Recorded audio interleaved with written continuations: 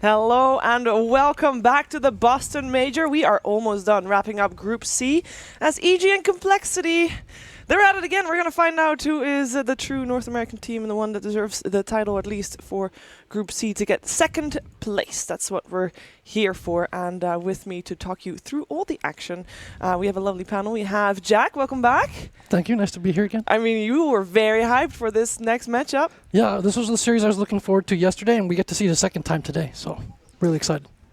And Fogg, welcome back as well. Hello. You're doing good too.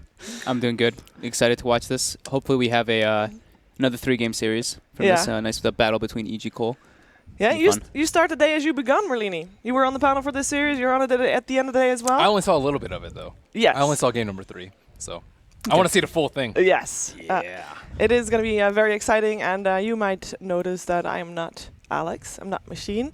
We're giving him a little bit of a rest, as you know, it's tough. It's tough, long days. It's long days for the players as well. He is not dead. This is, well, is this actually true? Do we know this for a fact? We do not know this for a fact. So, Jack, you were very hyped for this matchup in particular. Do you think they can do it again? Like, let's just establish that first. Is Complexity going to do it again? So, I get the feeling that EG maybe underestimated Complexity a little bit, maybe looked ahead. And I get the feeling that for Complexity it was quite the opposite. They put everything into this series. There is like a little bit of animosity between these teams, and I'm sure it was huge whenever Complexity gets a chance to take on EG. So, I feel like maybe they looked ahead a little bit and got punished for that. So, I feel like EG's going to do well this series, but I still think it's going to be an exciting, however, 2 or 3 games, however long it goes. Yeah. Let's take a look at Complexity first, as we're going to walk you through the two teams once more. Complexity, I mean, they came here after a gruesome loss against LGD, but they did have the chance to watch EG in the previous match. Merlini, do you feel like that might have an impact for them? Also, EG has been playing a lot more. Yes. So I think, yeah, that definitely helps. Taking a series off, that loss from LG that's a rough one to come back from. Yeah, definitely painful, but I mean, I still think that this is going to be really tough for Cole now because I think, like Jack said, EG was looking forward. They were kind of like, I guess you could say maybe disrespecting Complexity in kind of a way. So I think this is the one where EG just has to kind of power through and just crush Complexity spirits. All right, well, let's take a look at Evil Geniuses. I mean, they kind of have to, right? They have to. That's probably how they feel too. Evil Genius is ready to crush Complexity spirits, there apparently. They just came off a win. It was a 2-0. They didn't look too happy with it. Well, it felt like they had already crushed Complexity spirits, almost like they won the first game. In the second game, they just had a gigantic lead at some point. I think they had 5 of the top 6 net worths, and then eventually Complexity managed to wrestle their way back. And so that was probably pretty demoralizing and tilting for them as a team, but they took care of business against Faceless. Just looking at the cams and the interviews, they looked as serious as I've seen from them. Like they usually give this vibe of being very relaxed and stuff, but after that series, they just went all business-like, and we'll see if they can continue that against Complexity this time. I think the disrespecting thing is definitely true, especially considering they gave Cancel OD twice. Yep. I think it's sort of things like, he did well that game, but we're just not going to worry about it, and we'll deal with it. And that's one of the many signs, I think, that, and knowing EG, because you know we've seen them a lot, they've been around the block a long time. You can tell that they were looking too far ahead. Yeah. Yeah, we have, you mentioned the mid matchup, or rather you mentioned Cancel doing very well on his OD and on his Mirana as well, even the first little bit of the first game. So we have that mid matchup, as that's going to be one to look out for. What are the main differences between these two styles of play here in mid? Sumail's just super aggressive. I think he has a lot more experience compared to Cancel in like the professional scene. Cancel, though, he's a player that's definitely been he's improving himself like a day-to-day basis pretty much. Like in the beginning, especially when we were seeing him at least like on like a couple of others, the other chances when he seemed more nervous. Now he seems to be like kind of taking the forefront and all that, but he's changed his attitude as well. Is one thing that I've really noticed from him. He's got much more of a positive outlook. But I think this is a really hard matchup for him. Like Sumail is one of the strongest mid laners, so that's going to be, obviously we're featuring that one. It's going to be the one to watch. What makes him such a strong matchup? What makes him such a strong mid player? What is it that makes him so much different from Cancel? Mechanically skilled. Mechanical, yeah. He is the one mid that you're probably the most scared to go up against. Like, he will solo kill you a lot of the times, and he very rarely dies. Like, I can probably count on the number of hands, like one hand, how many times he's died solo in a lane. And Ben, you brought this up at the summit too. You said who's the player who's most likely to win a lane that he otherwise wouldn't be expected to win mid? Probably Sumail. He has that Yeah. reputation among the Chinese as well as being very aggressive, putting a lot of pressure on your mid laner. But going back to that, I think that's one of EG's strengths. Like, they're laning an individual skill for sure. And I feel like Complexity had a game plan for that. I feel like coming into these games, just look at how these games went. EG generally, when they draft, they want to draft to have good, strong, winnable lanes, and they want to have maybe one snowball core late game. They draft very heavily with an emphasis on the lanes. Complexity, on the other hand, it felt like these games, they wanted to turn everything into a brawl, just a big 5-on-5 brawl, without EG being ready to do so. And I feel like EG sometimes in big team fights, their execution might be like they're not on the same page sometimes. It feels like they have different agendas. And Complexity feels like they wanted to exploit that and just keep doing these big 5-on-5 team fights. That's certainly how Game 3 went, and that's how they turned around Game 2 as well. Well, they did it once. We're going to see if they can do it again. And before we do that, it's time to hear what our panel actually thinks, what we actually are expecting from them, so that you know, what are you predicting? Who's going to take this, Merlini? The whole series. I think EG is going to find a way to stall. Like Naga Siren, I think would be a really good pick for them. You like reset, you slow down the pace of the game where EG is much more comfortable. And you don't get suckered in. I think EG will take this 2-0. 2-0. What about you, Fug? I'm going to agree with Ben as well. I think they're going to take it 2-0. I think they're going to be much more disciplined than the last time. At least in the second game when I was casting it. Yeah. They had this massive lead, just like Jack mentioned, but they seemed to they fought away from their most powerful hero. They kept fighting away from Sumail. I don't think that they're going to make this mistake twice. 2-0 EG. Now, Jack, you said already that Complexity is going to exploit maybe EG not being on the same page. I think EG takes this series 2-1, Okay, but if yes. Complexity wins the first game, I think it goes 2-0 their way. Oh, you think a little bit of the tilt is possible over there? Certainly. Okay. Yeah. Okay. Well, I would.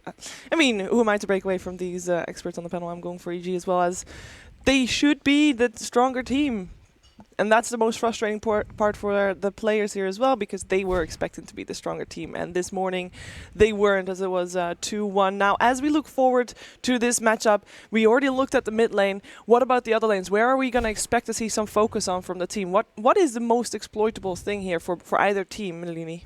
Killing Zai. Killing Zai. Zai had an extraordinary amount of deaths in the first series, and I don't think I've ever seen him die that much. Even when he played offlane, didn't have a good game, he didn't die that much. Well, one of the games, he was the spirit breaker. He was kind of like the guy, just I'm going in and just dying. His Wisp game, he had double dying. digit deaths too. Like it was a lot of dying from him, and something changed, I think, a little bit, maybe within the team or how they call or distribute farm. But I think they can take advantage of the supports not being on the same page. Okay. Interesting. Yeah, that's a pretty cool way to look at it. we are a little bit away from the draft, but Zai, killing Zai. Okay, what can EG do to make sure that Zai doesn't die? Or, who are they going to kill most? Is that a fair question? Who are they going to focus on? I feel like that's kind of Zai's job, though, right? His job is go win the lanes, go in the other 3 lanes, just take turns winning those 3 lanes and let those players take over. So, I don't know. I'm not sure if the Zai deaths, he just wasn't able to.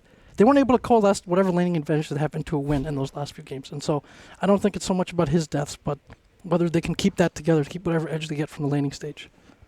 Cancel was a really big impact or big influence on the wins that we saw earlier from Complexity.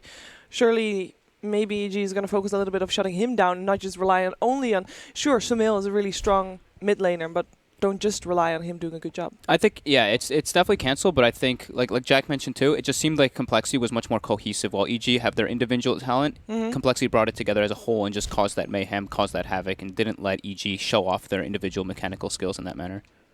Fair enough. Okay, so one matchup that we haven't really talked too much about yet. We have Mu versus Arteezy. And Jack, before this, we choose the matchup that we feature here and that we talk a little bit more about. You wanted to have the core matchup. You wanted to have that one. Can you tell us something about that?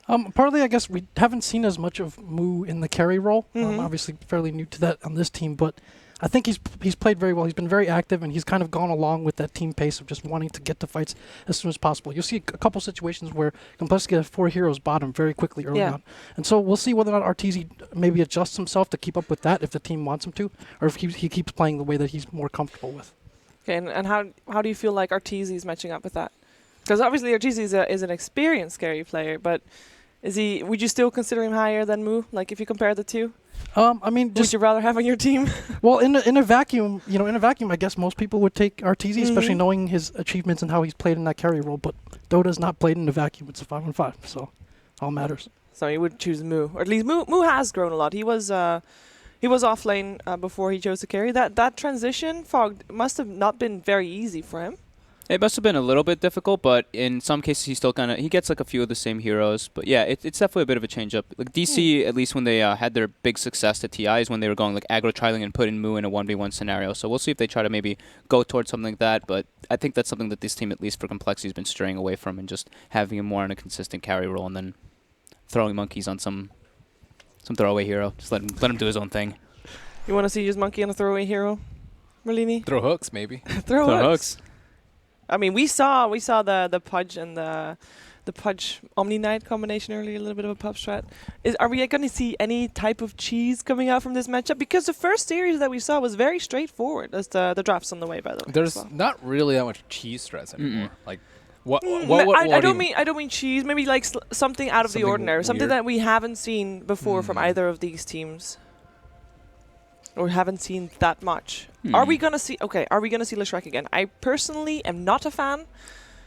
I think yes. We'll probably see it. We'll Yeah. probably I see think it. we are. Okay. I think we're already seeing a bit of a departure from the normal meta in those picks. They picked Leshrac in 2 games, and I think Tree in Yeah. the 3rd game. The Leshrac pick, I think, makes sense for them because it gives them a fighting support that allows them to take towers. Yes. They don't usually have another way of taking towers. They don't rely on split pushing to do that. So they take a 5-on-5 fight, and then Leshrac takes down your tower. Maybe similar to like a Jakiro, but maybe better synergy with the stuns and other things like that. And Tree obviously enables your other heroes like Weaver and such to be able to take those aggressive early brawls, maybe have a bit more HP on them than they're used to. And so I feel like those are already kind of, if not innovative, like unique to their playstyle in this tournament. Swindles had great performance on the tree too. Like Yeah. his positioning was just perfect in those fights. He always got like 3 to 4 mana overgrowths. He got a couple like very clutch Leech Seed, very clutch living armors on cancels OD. So yeah, I hope that they stick to their type of guns here. But EG seems to have stopped the disrespect, I guess we could say in a way, and they do ban out the OD. I don't blame them. Although Cancel, the first game that he played this morning was Marana. He did win 0-5 or 5-0 on that. After, well, at some point he did die to Universe. That was a little bit of a shame, giving that mega kill streak away. But, you know, he did do very well. He does not only play OD. We're going to see what Complexity opens with, though. So far, I mean, Evil Genius has been opening with the Ogre, like, all day.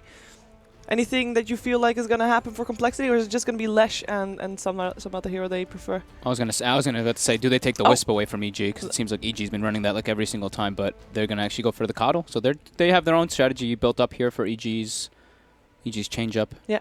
I like how they change things up a lot, though. Like the Tree one game, Leshrac, which they probably aren't too used to facing. Like if they first pick, like let's say Warlock +1, EG would be like, okay, we know exactly what's coming. But Keeper is like, what are they going to do with the Keeper? Keeper Bristle, which they used to run. They used to run that. Keeper Naga, who knows? Keeper Naga's the one. I mean, you mentioned Naga before. So Yeah, that's Keeper probably- Timber, which we've also seen. Like we don't exactly know how they play it. Even Keeper PL has seen some play, not recently, but it's still sometimes a good option in certain situations. It could also be a push strat with Keeper. There's a lot of Keeper Alchemist, I would say. Keeper Light opens up a lot of different options. It's just one of those heroes that when it's there, it just changes the entire like formation of the entire game, how it's going to play out. So are you thinking they're going to pick up their combination with the Coddle already for their second pick, or are they just going to pick up something entirely different, which leaves it still very open for them as it is right now? Maybe Kunkka I would like. Kunkka is like a flexible pick for them, but I don't know. I think they need to keep most of their things hidden because EG is smart enough to pick up on something like really small and just identify what you're going to do in the draft and counter pick. They're one of the biggest counter pickers in this scene. Gotta be careful. Yeah, We're definitely. gonna find out. It So will they go be for the Marana. Marana. And now that is still very open. It is a hero that they're very comfortable with. We have seen Z-Freak dominate on it, and already just mentioned Cancel as well. So doesn't really give anything away, which is really good for them. Yeah, just gives it the Coddle, but that's, it's a Coddle. Yeah. It's a hero that has a lot of different options, a lot of different things that work with it. The Marana leaves everything open. That was a hero that actually it was kind of ignored. I mean, it's been banned pretty much every single game. Didn't really think about that it wasn't picked up in the first 2 picks here, but yeah, EG grabs it right away. It's a Universe staple. It's an every off-lane staple. Yeah, very common pick for Universe, especially for EG on Radiant. Speaking of heroes that we usually see, the Warlock has not been picked or banned in the first 4, which is kind of unusual, especially if you're expecting this kind of 5-man strategy from either team, whether you're Evil Genius or Complexity. Seems like a good pick to take. And Complexity, still showing some fear from that first game that they played versus EG. They get rid of the Alchemist. They didn't really have a good solution to deal with it. not wanting to deal with some kind of, I guess you could say, cheese in that manner. There you go. There you go. I mean, I guess there's not that much cheese in Dota at this point. None this patch anyway, because everything's so viable. Mm-hmm. Well, let's see what other heroes does. Oh, they went out to Bristle. That's the combination with Keeper of the Light that we didn't want to see, or rather that Evil Geniuses doesn't want to see. That is a scary combination for them. What other combinations are scary with the Coddle that are worthy of banning out, that are worthy to protect yourself against? Timber, maybe. Mm-hmm. I've seen some. Other than that, I don't know. The other heroes that he pairs with are generally a little bit weaker. Yeah, I mean, like Naga, Kunkka, like you said, like the Yeah. Kunkka was like the one with E-Home back at TI. They picked like Coddle Kunkka very, very often. I think Mhm. Naga would be pretty good. Like Yeah. Sleep in Arrow and Sleep in Illuminate is already like pretty nasty. Mm-hmm. And it's also a very nice counter initiation for the Bat Rider. But I don't know if Moo plays Naga Siren because It's a good point. Yeah. carry players, they always have their certain pool. There's some heroes that every carry hero plays anti-mage Juggernaut, and then some of them some play, some don't. And I think Naga's one of the like a lot of them play it, but we don't know with with Moo. He's been playing carry for what, maybe a month now, at least in competitive, and I'm sure they have a lot of hidden matches and hidden heroes that we don't know about. Mm-hmm. They probably like that aspect of picking Keeper early, where EG has to start thinking about these kind of brawlers that go well with him, for example, with the Bristleback ban, so maybe changes their draft philosophy. But they don't necessarily have to pick someone who's like a great combination with the Keeper. He'll just Yeah. augment whoever he's with. Mhm. So it gives them a bit more options down the line in the draft. He's just a good hero. Surprised he's not picked more. He was. There's been a bunch of teams that kind of emphasizing banning it versus like it's pretty much banned every single time versus LGD. I think it was, right? Yeah, one of those. OG as well. OG as well. Yeah. It's a hero that we don't see too often. It can make the game extremely difficult to play versus because he has so many different aspects he really brings to the table. And delays the game, obviously, with the Illuminate spam and the high ground defense. So Nick's banned out for EG. Nyx and Templar Assassin. Not going to have the repeatal of Sumeil's Templar Assassin that we saw in previous game against Team Faceless. That was kind of painful for a Faceless as well. Nyx Assassin now indeed removed. Does that give anything away about what EG might be going for here? I think they just want to give Universe a great start or a great Storm. It overall could be game. Storm. Could be Storm too. Yep. Storm is commonly picked up versus Keeper of the Light. Just like Clockwork, Storm, the heroes that can just get past the main line, kill the Keeper. Lifestealer as well is also pretty good. I'd be a little bit worried about that if I were Complexity. Complexity probably needs some sort of setup for Mirana. Faceless Void, not something that we've seen them pick up a lot recently, but Moo, probably pretty good at it. I've seen him play in an off lane. I don't know if he's going to play in a safe lane, but regardless, still brings him a lot of team fight. Swindle grabs his list of heroes right there very aggressively. Takes a look at his notepad right after he picks the Void.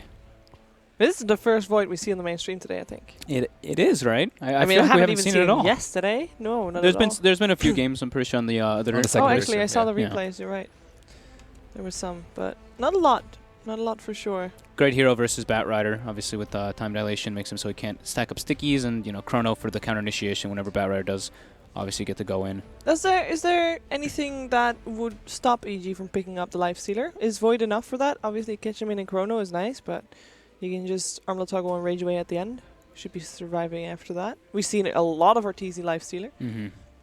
I think it's still an option for them, but I don't know if the Lifestealer player is like playing against a Void though. Like Yeah. Chronosphere is just you just waste your rage, and then after that you have to play really defensively. Mhm. Also, in the lane matchup, Faceless Void I think is actually pretty decent versus the Lifestealer with Max Bash. It becomes Mhm. a pretty difficult lane for him. So that means the supports can't really leave him as much. Ogre can't do Ogre things, and Disruptor can't pull and stack like he normally would want to.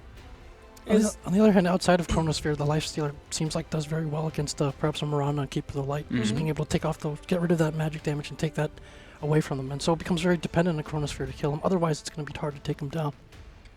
And he obviously, he already has the Bat Rider initiation to help him out a bit too. So, and it's what EG's been drafting every single game. It's just the one that comes to mind that's the most obvious, but they can definitely go for a different route.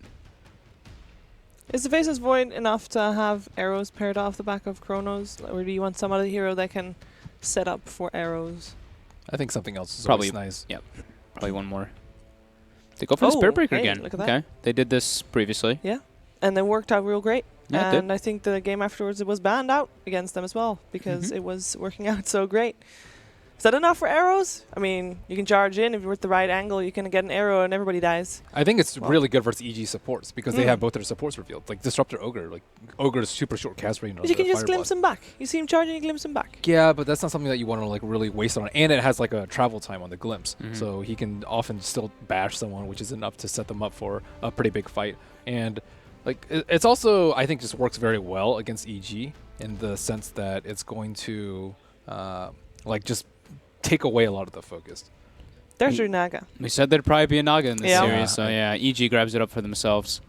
Looking at the series, I think the prior series, they just took so many fights that if they could look back at it and be like, they would just be like, why would we take that fight? And Naga Siren is one of those heroes that you can look back and be like, I don't really want to take this fight. Let me sleep. Let me reevaluate. And 5 seconds in Dota, or 6 seconds, 7 seconds is a really long time for you to evaluate the situation and make good decisions. And I think EG excels at that. But for some reason, which is Complexity's good play and forcing them to do things that they didn't want to do, they constantly chain fed. Yeah, And they just kept prevent battling. You can use that to counter the Chronosphere too, and I'm pretty sure this is going to be a safe lane Void. I just get the feeling that because Void, if you get that early experience, it makes him very difficult to kill without good burst damage early on, and you mentioned against the matchup against the Bat Rider, and so I feel like they're going to stick to their game plan from the first series and have that Void take that role this time, because this is a hero that gets early fighting items often in his build-up as a carry, and allows him to keep the pace. Yeah, so more than likely what the Moran and the Cod will be the supports, and they're both saving their mid laners for last. Could be Mirana mid. Could still be, yeah, Easily, it could but- still be Morana mid. Yeah, let's see what EG thinks, because I think their Mirana ban mid will, maybe jives a little bit more that. what they try to do with that early burst Yeah. being able to come out. Okay. You don't want to take a late versus Naga with this lineup. Your lineup is terrible at dealing with the Naga, I would say. Well, Complexity has last pick, so they have the chance to see how the lanes of EG are going to shape up, because I'm going to assume that Naga is going to be Arteezy safe lane. There's still a chance they put it mid. Ursa. Ursa. We've seen a lot of Ursa bans, but not a lot of Ursa picks yet. What do you think? Ursa can match up well versus the Void. I really like it a lot in the lane. But he does have some issues at dealing with Mirana, who has Blinding Light, I think is especially problematic for the Ursa. But I guess they would probably want... You want a lot of bursts to synergize with the Bat Rider. Like, no, right now they don't really have any way to kill people in Lasso, aside from the Ursa now, which is pretty good. And it's also a nice 4-on-5 hero, so you can do things until you want to fight. Morana mid. All right, that's the So Darkseer. Spirit Breaker support with the Darkseer. They get that at least pressure coming up from that onto the safe lane. Interesting approach. So what's your thoughts? Any change in opinions? Because Still everybody going went with EG. still going with EG. Still going to go with EG. I haven't seen. I don't recall last time I saw Sumail playing a mid Naga. If that's indeed what it is. No, it's a mid Ursa. It's a mid Ursa. Oh, Artor's definitely done that. Okay. Well, we're going to find out if EG can put one on the board, or if Complexity is going to do it again, beating EG. It is time for Toby and Purge with game number 1.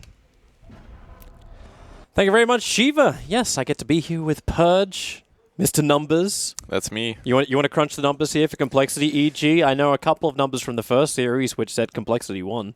They did, but this is EG coming back invigorated. They stomped their 2-0 in the lower bracket, if you'll call it that, and now they're fighting for second place, somewhere they probably should have been earlier. So they definitely want to win this game. Yeah. At the same time, you could also look at Complexity. They got stomped 2-0. And there was a wonderful clip of Rage that was pointed out. Actually, I don't even really want to class that as Rage. That's just Swindle moment. It's a vented frustration about a tactical error. Is Yes. maybe the way I'd describe it. That's a very accurate way. Thank you, Purge. No problem. Awesome. So let's get into our game. There was a lot of discussion about the laning phase, Complexity, keeping it very open with that early Mirana pickup. The panel didn't know as well if it was going to be a support Mirana or if it was going to be a mid Mirana. We get our answer with Cancel picking that up. I think Cancel's been playing pretty amazing this tournament, actually. Possibly just the ping advantage, perhaps. I mean, I know he's been in the team house a bit, but really showing himself as a top-level player this tournament. It's fun to watch. I'm interested to see also Swindle's playing the non-style initiation role. Like I know you're talking before, like how it was Monkeys who was playing the Spirit Breaker. This time it's actually Z-Freak, who, like, every time I think of him, I think of like one of the most efficient farmers in the game in support roles. It's a shame Enigma is such ass right now, so he can't even be played. It's okay. He's so good at fighting and ganking that it doesn't matter. He can farm heroes. He can die a few times and always make a huge impact. Definitely one of the best players, if not the best player on Cole. Well, I love to watch him as we're going to get underway with the runes being picked up. No contest, however. As Complexity really not wanting a bar of it. And they're going to switch into their lane. So normally you think it's going to be Sumail going into the mid, but that's not the case. Arteezy's going to slip himself in there as the Naga. So the panel was half right about the mid Naga, but it's just not being played up by Sumail. It's going to be Arteezy, and Sumail is over on that Ursa going towards the top lane with Crit. And that leaves Zai to try and just zone out cancel. I think they did this lane setup not only because now Ogre can zone Mirana fairly well, but also because this way they put Ursa against the Faceless Void, and Faceless Void can't just take free farm, because if he's against something like a Batrider, for example, he's got a good lane advantage. So now just Disruptor zoning a Keeper of the Light, pretty easy to do. And then mid lane, Zai not looking too healthy. Arteezy's trying to create a little bit of space, but a Z-Freak being charged in. I think they were trying to combine it at the same time of like Monkeys giving him an Iron Shell, but the timer just took a little too long. Oh, nice little leap there to dodge the Ignite before Ogre goes back to base. So no arrow for him for a bit, but yeah, it's pretty straightforward for Arteezy to get last hits here, just with Quelling Blade as well as Poor Man's Shield. They don't really have good AoE just yet. I mean, maybe they could do a charge through or something, but not until level 2. So they'll do their best. Z-Freak can definitely offset a lot of what Ogre does, at least. They've got that going for them. He's going to go charge to the top lane. Swindle's been harassed quite heavily by Crit. There's no way Swindle's going to harass him back, unless he's considering mana leaking in the early levels, but he still needs Chakra. And SB's not going to get the initiation there, so... And what a great time for Zai. Like, Zai did all of his harassment to mid, TP's up to the top lane as the Ogre, at the same time as Z-Freak tried to move over. Yeah, and they have a great Observer Ward as well. It's going to spot the rotations every single time that Spirit Breaker comes over. So all I really see is Swindle's getting repeatedly punished here. He's out of tangos in his lane. Moo's not laning super well against Ursa because he's always got to worry about dying. He's got great last hits, though. One good benefit there. Helps when you can get some time locks. Still got a way to jump away, so all this damage hasn't done a lot. Swindles hits a good Illuminate. So Zai and Crit losing a decent amount of life. One lane which we haven't really talked about that much, and maybe this is just because it's a trade-off lane, it's Monkeys versus Universe. Yeah, I thought it was going to be a dual lane originally. I think Cole expected it too. He could get in trouble here. Whoa. Great Flame Break. He's got to get out of the range. That's only a level 1 surge, so yeah, Monkeys doesn't have a lot of time with the 5-sticky Nate Bombs. That is too close. That was very close. A couple more ticks and they would have had him. That's the dangerous part about Batrider. Once he gets 3, he's got Flame Break. He can push you back into his range, and not quite enough damage. Really good escape there by Monkeys. And he saved his Fairy Fire. He didn't overreact at all there. So Cancel in the mid lane's doing really bad. 2 last hits for him, actually. He did skip his Arrow level 1 to dodge Ignite stuff, and obviously that Ogre roam is really paying off. And the roaming of Complexity, you can't really say the same. Like, Cancel doesn't have the same level of help. That's just because Coddle's not as good at zoning heroes as Disruptor's. Disruptor's got a great nuke. He doesn't have to stand still and channel the light while the spell does damage. So just a lot of advantages going to EG in these laning setups. Oh, Sumail's trying to get in the face of Moo. Moo's still got Time Walk, so he'll get away. Oh, he could glimpse this back. It's close, almost. Level 1 glimpse is so short range, but just too far away. Mid lane, Cancel. Zai actually trying to bait out the leap from Cancel, so now we can throw the Ignite. It's going to be close. Cancel has dodged it multiple times, but 73, 53, and down to 16. But the bottle finally arrives. Easy survive there. I think level 1 Ignite does a little bit over 125 damage. So Zai actually kind of wasted a lot of time. He was waiting for about 40 seconds, waiting to snipe the courier out. But I don't think he realized just how poor a lane Cancel has had. Yeah, it's got to get the creeps first, right? Yeah. But we've seen it time and time again. Cancel. Charge coming forward. They're looking to the bottom lane as the charge comes in. A leap. Over to the Starfall, Z-Freak with the extra bash as well. Cancel is the top lane while Swindles goes down. That'll be the first blood. Universe getting ripped apart in the bottom lane, but he survives on 40 HP, getting back behind the tower. Yeah, that was a Fairy Fire and a healing salve to keep him alive. So that would have been a huge rotation there from Mirana. I love that he rotated bot because he's having trouble mid. If you turn it into a gank instead, that can really offset a lot of the gold advantage or gold disadvantage. Doesn't quite work out, though, due to nice play from Universe. EG still get what they wanted. That top tri lane's been looking for something for a while, so it was only going to be a matter of time before they kill off Swindles. I sort of wonder if Cole should have done some lane swap stuff, but it's probably a lot easier for EG to do the lane rotations to counter it. But they're definitely getting the better hand of things, EG that is. Swindle's trying to zone his enemy heroes, Moo trying to get close to the creep wave, but we're not really seeing it. 30 last hits now on 2 EG heroes. It's kind of a problem too when Swindles throws out Illuminate, it actually hits the creep wave, pushing it out further. Yeah. So Sumail sitting in a very comfortable position. Moo always having to make sure he can't move forward unless he's got that time walk available. Universe on bottom lane again, looking at Monkeys. Z-Freak in the neighborhood, going to charge over. Just a quick bash. Really needs a better bash because Monkeys with 6 sticky napalm charges on him. Now it's actually Z-Freak. 3 on him. Universe won't get close enough to get that Firefly on him, but maybe with the Fairy Fire, Z-Freak will not survive. Couldn't make it back in range of the tower in time. And that leaves Monkeys in a bad position up on top lane. Moo.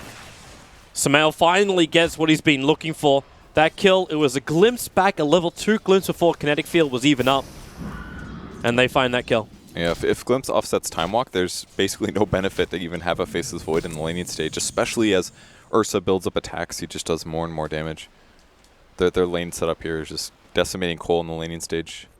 Net worths are not even close. I mean, the highest farmed hero on Cole right now is Darkseer, and he's had a tough lane as well. He's had to leave a couple times because of Batrider.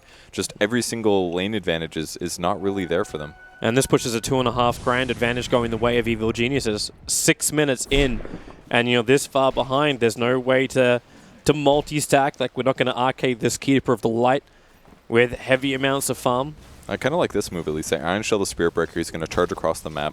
Looking for Sumail. They don't have a lot of iron damage But this is left. Disruptor also coming in. If Crit gets a good Kinetic Field off, you're going to have 3 Complexity the players bash. caught per Z-Freak. The That RNG is there for him. That's so lucky that he got that bash. That would have been a really hard kill otherwise.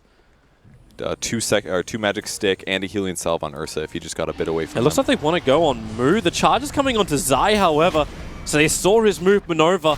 And now with the Kinetic Field up, Zai won't make it out in time, or will he? Moo still has Time Walk available, but the Mana Leak making it difficult for Ogre to get away, and Complexity really getting up in the face of EG, but now the Bear is back, looking for the kill over on Moo. They glimpse him back under the tower. Now with the Starfall, Cancel is rotated over. The damage is enough to kill off Crit, giving the space for Moo to escape. Cancel needs to go invis with the Moonlight Shadow. He can on 40 HP. He's got no way out. There's no mana. Sumail missed the clap, and he won't keep up the pursuit. The creep wave's coming over, but Moonlight Shadow will last just long enough for Cancel to get back into the river.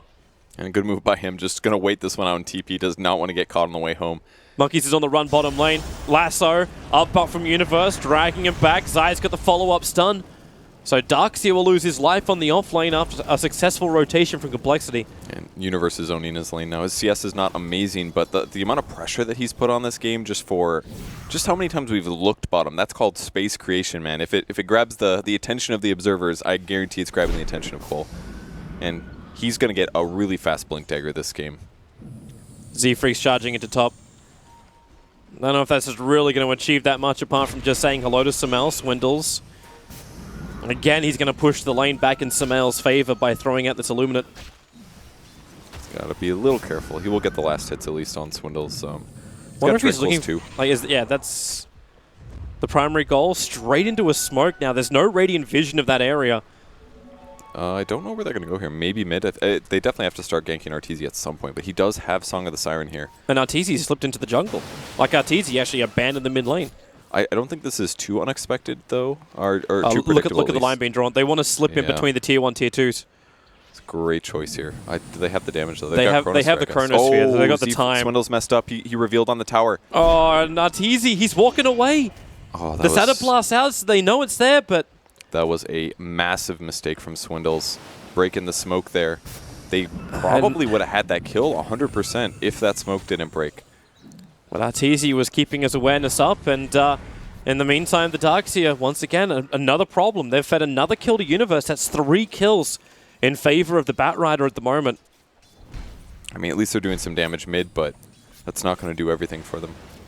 Chakra Magic, at least we can do Starstorms at a faster rate. That could be some great advantage going in the mid game, but for now, they're just trying to slow down what Arteezy's doing, and it's not really working. He's so far ahead already. He's got 2,000 gold towards his Radiance. They really need to stop him somehow, but that was also the plan. That was the smoke plan. Now bottom lane, Moo charging himself down with the Iron Shell. Z-Freak, they want to really work on him to charge forward, get another bash off before you actually commit something as big as Chronosphere. But Monkeys, double Iron Shells there. Swindles rotates over, and Zai, well, he will be lost. They're doing a great job with the Iron Shell combos, and I feel like Z-Freak's getting a lot done right now. Another thing I want to point out is just oh my god, Crit just got both of their Observer wards. This is just amazing play by him. It cost him 3 sentries, but he knew they rotated from the top lane with a smoke, so he put a sentry down for the 2 high ground spots that are on the way towards that large camp gank, and then he got the second one that was placed nearby as well.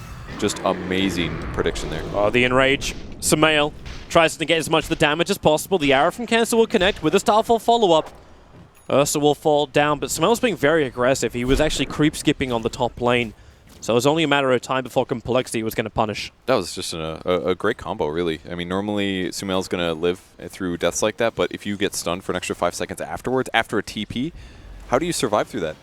There's very few heroes that would be able to get away. Are you actually okay with this? Like, Chronosphere is now down for 2 minutes. Because technically you stop it. You stop Complexity from ganking Arteezy. So he keeps getting more space to farm. That's a good point, but they do have pretty good ganking heroes. I mean, the same combo is going to keep getting used. Chronosphere, Spirit Breaker, charge and combo. That's what they have to do. They have to use those strong skills to get kills. And with those kills, they'll have gold advantage. And maybe be able to pressure him later. 4-man smoke from EG. They head to Roshan while Universe is hovering on the bot lane. I don't know if he's working out. There's a whole bunch of people here. In fact, now with Arteezy coming down, he's there with Crit. The arrow, it won't connect. In fact, he hits on Batrider, but with a Song of the Siren, they hold him there. The Storm is up, and it's Cancel, as well as Swindle's caught inside of it. They'll bring Cancel back with the Glimpse, but both are not dead. They couldn't find one target to kill, but while this is happening, Sumail is still killing off Roshan. So Complexity scattered to the winds, but Sumail, after he stops being bashed, now has Roshan and the Aegis. That was really cool way that EG did that. Just grab the smoke on everybody. Ursa hits up Roshan. They start a fight on the other side. There's no way that Cole's going to have the focus to think during that fight, hey, where's Ursa? I wonder if he's taking a Roshan. So not only the fight doesn't go well for them, but they still profit because they double comboed it. Smoke also gives them Rosh. The only downside is you have to commit something like Song with the Siren. So Complexity will have a good window to fight when their Chrono is up while Song is down. I don't know if that matters when your Naga is going to get a 15-minute radiance, though, because he's up to 36 right now. He didn't have to buy an Aquila because raindrops give you even more than an Aquila does per second. A little bit of a missed stun on bottom lane. Zai going to be on the run. Kenza was looking for the arrow, but the bash of Spirit Breaker just sent the Ogre just a little bit too far away. For once, the luck actually detrimental to Z-Freak. He'll keep getting I hate those, to say that it was the bash from the charge, not the second bash. Oh, okay. So okay. it was just a mispositioning from Cancel. But they get the tier 1 tower and the kill on the Ogre. So while the laning stage looked so rough, I think Cole is completely stabilizing. The way that they've been approaching these ganks, they have had some mistakes, but they are also having a lot of success here. And like you said, sleep is down. This is the time to pressure here. They're going to do a little bit of a bottle transformation. Relic is up. It's going to be on the way to Arteezy in a moment. He's got about 1,000 gold. Actually, look at the difference between just Arteezy and Cancel. Like you might see a lot of difference. There's a 60% versus 0, but I expect that kill participation to be 0 for quite a while. Yeah. Well, Batrider actually going to find Moo, but a quick time walk away. It's EG's turn to invade the Complexity jungle and start establishing visions. They put down 2 Ops wards as well. Yeah, I actually think the Observer Ward vision here that EG has in the enemy jungle is almost not needed because Cole is clearly going to want to go aggressive. They want to go aggressive versus Arteezy.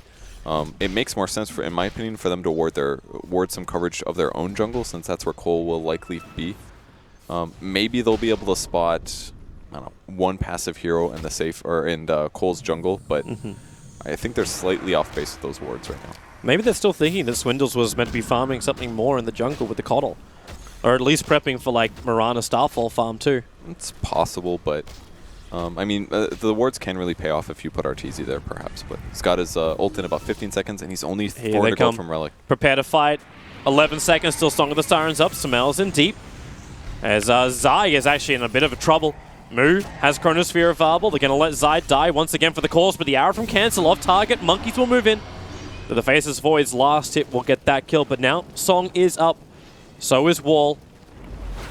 That was pretty good for them, I think. Didn't have to use any big ultimates, really. Just maybe Coddle ult. That's about it. No big loss. They've still got Chronosphere. They can keep pressuring. Tower goes down. Mirana's going to get the last hit. But Radiance is about to arrive. It's close, but it's not quite there. In this period of fighting, he's only gotten one large camp, and maybe this medium, but it was Mud Golem, so not a good camp to farm. He doesn't want to go to the bot lane. That place isn't safe.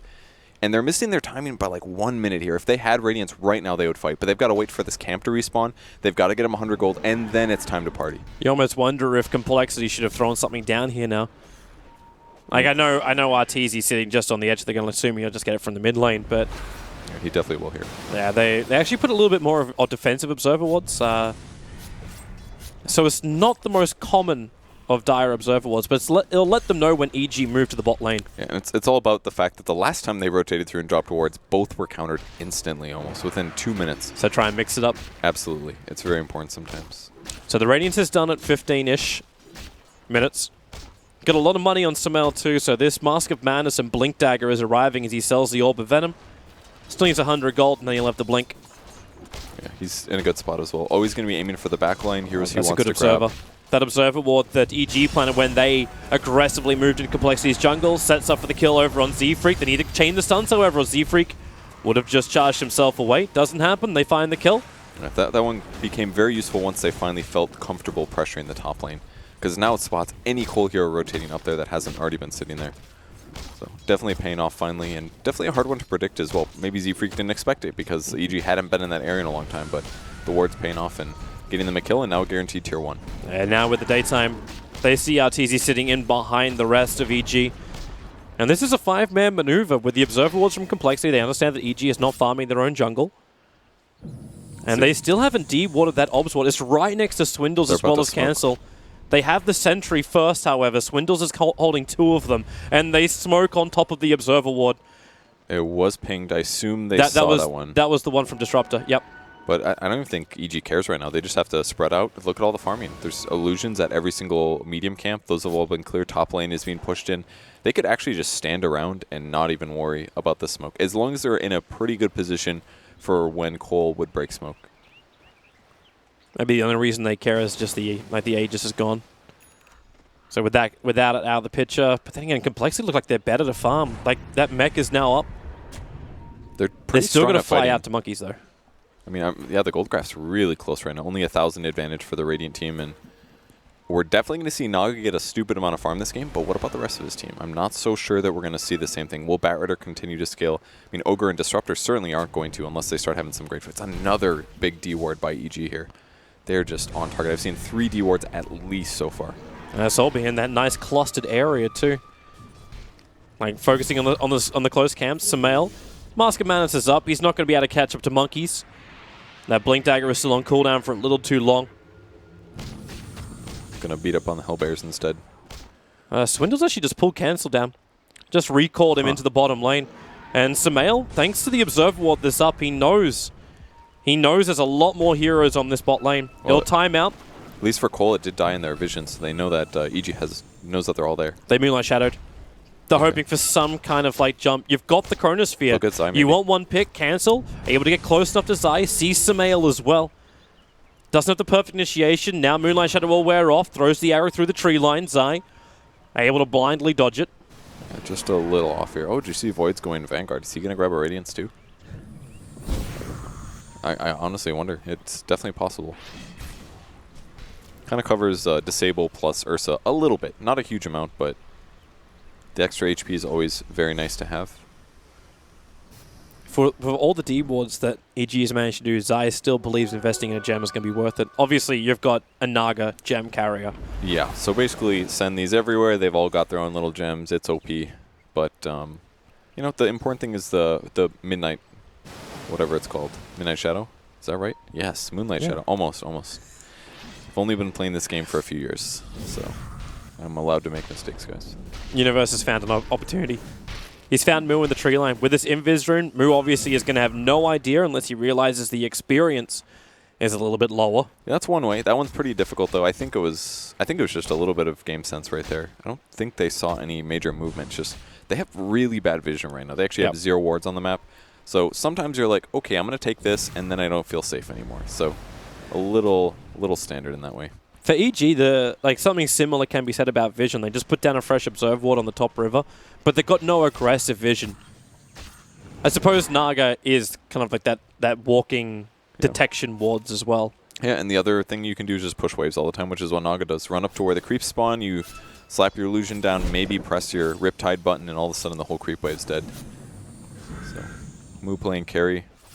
Not farming amazing, that's for sure. Especially Vanguard, definitely going to slow you down. He's matching the Batrider right now. But really the importance of the hero is to jump in and to grab a Chronosphere on somebody important and get an arrow follow-up. So he's all about game sense this game, pretty much. He's actually, I would say, time dilation is also quite good against Ursa. Overpower, definitely something that you want to cycle multiple times in a team fight.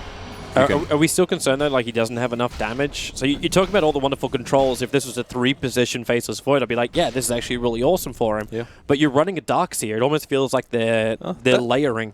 Oh, well, yeah, I would say Darkseer definitely makes up for a lot of it. Iron Shell, give him some early damage output, get some gold from kills. The thing that's worrying me the most is just that Mirana doesn't have Ags yet. It's 20 minutes in, he's still 1,000 away. He hasn't died, he hasn't fed. Oh, got him to see a lasso. Yep, down on bottom lane. There's Z-Freak being caught out.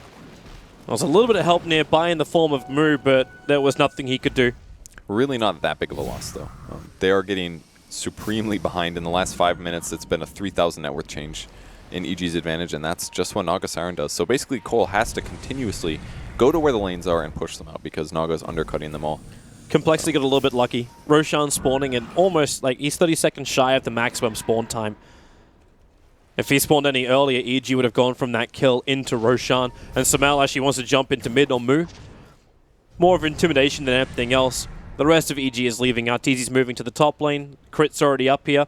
Thanks to the Radiant Observer Ward, the Cancel is now sitting right on top of. He may just go down. They can song this into Disrupt ulti. Or they could just glimpse him. Oh, that would also work. Even if he leaps, they've got the vision, so you could throw down the ulti. The glimpse will bring him back in again. And Cancel, no way to hide, even inside the Moonlight Shadow, not while the Naga's sitting on top of him. Easy kill there, and they obviously know there's a ward, but their sentry placement doesn't actually spot it. It's not placed far enough to the left, so the ward will live on. Complexity actually pinged that shortly after they put down the sentry ward, pinged just a little bit further to the side, but it's going to be Universe that sees it. That's rough, man. Naga Siren very close to Octarine Core. The map pressure is huge. He skipped Manta style, but he can. There's so much net worth. All they need to do on EG's side, continue farming the map like they are, limit their opponent's ability to gank by pushing lanes out and not getting ganked, and make sure that Naga can be there with Song of the Siren if things get a little iffy. And you can see Complexity, like, they're trying to bunker in for the long haul. Z-Freak going for the Hand of Midas before any major item. It's pretty standard for a Spirit Breaker, though. Just because you're kind of item independent, gives you attack speed, more bashes, and it's really hard for your hero to farm. So kind of gives you everything. Levels, gold, and you're pretty happy with that. Complexity smoking up. They're hovering around Roshan. They'll see he's alive thanks to Swindles poking his head in. EG will think about the same thing. In fact, they're going to 4-man smoke maneuver, and they're going straight for Roshan. So Complexity have managed to actually loop around the back. They might get lucky by finding Arteezy. But do they have enough damage? Do they have enough heroes? They're losing Cancel. The smoke gang from EG pays off. Now Mu jumps in, but EG split 3 ways. They don't know who to really go on. The wall will come down, just more of control from Crit. As Mu, no he can't. The Song of the Siren actually lets them reset. Evil Geniuses, they're running away. Zai still caught in the middle of this fight, but then again, by standing here with the Naga illusions, Monkeys has to run, but he's burning to the Radiance. He can't even make it to the neutrals to deny himself. Zai might be on low life, but friends are nearby. Ursa Warrior jumps in, able to actually get that bash as well. Mu just can't catch a break and never found a chrono target.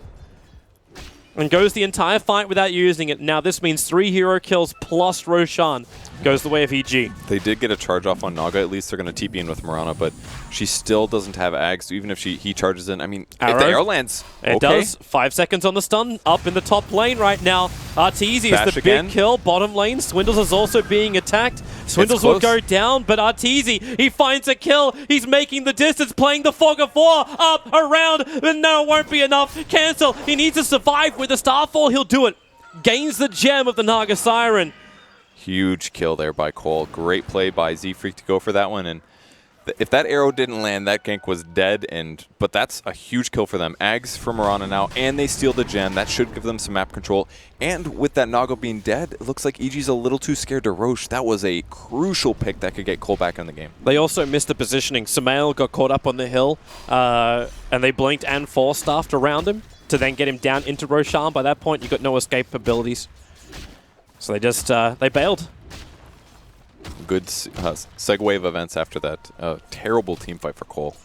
They looked pretty hopeless there, but now they've got a lot more damage with the double Starfall. Not to mention they can try to abuse things like Chakra Magic on that, lower the cooldown by 5 to 6 seconds. That's like 3 Starfalls in a much shorter time period than normal. This Naga, how do you stop her? With the BTs out, like 100 gold for Octarine, the Courier's already sitting there for it. It's 2 times the net worth of the next enemy hero. Yep. And now he even gets an Arcane Rune just to make it even nicer for him. But it's the fact that Arteezy's been so efficient with his illusions.